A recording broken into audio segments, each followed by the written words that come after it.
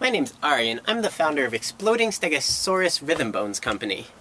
I really love hand-carving rhythm bones, and I also really love explosions and stegosauri.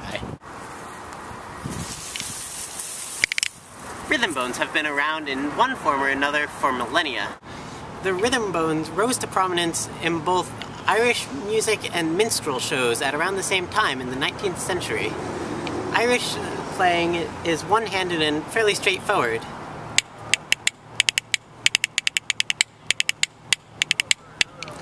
And minstrel bones playing was for show, so it was two-handed and more complicated.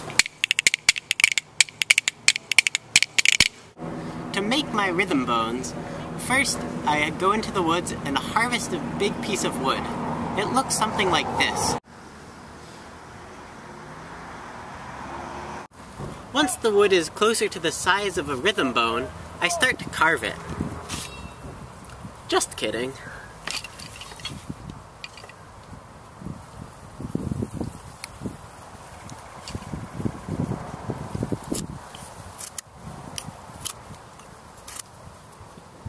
Once the bones are all carved, sanded, and oiled, they look something like this. These are red cedar bones.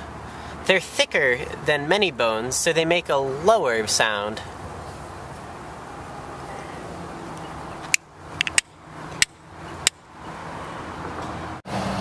These are white cedar bones. They're thinner, so they make a higher sound and are more versatile for playing.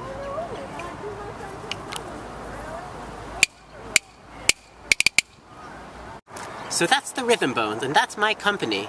If you are interested in purchasing a set of Exploding Stegosaurus rhythm bones, or having me lead a workshop on bones playing, send an email to stegrhythmbones@gmail.com. Exploding Stegosaurus Rhythm Bones Company, because when it comes down to it, all that's left are bones.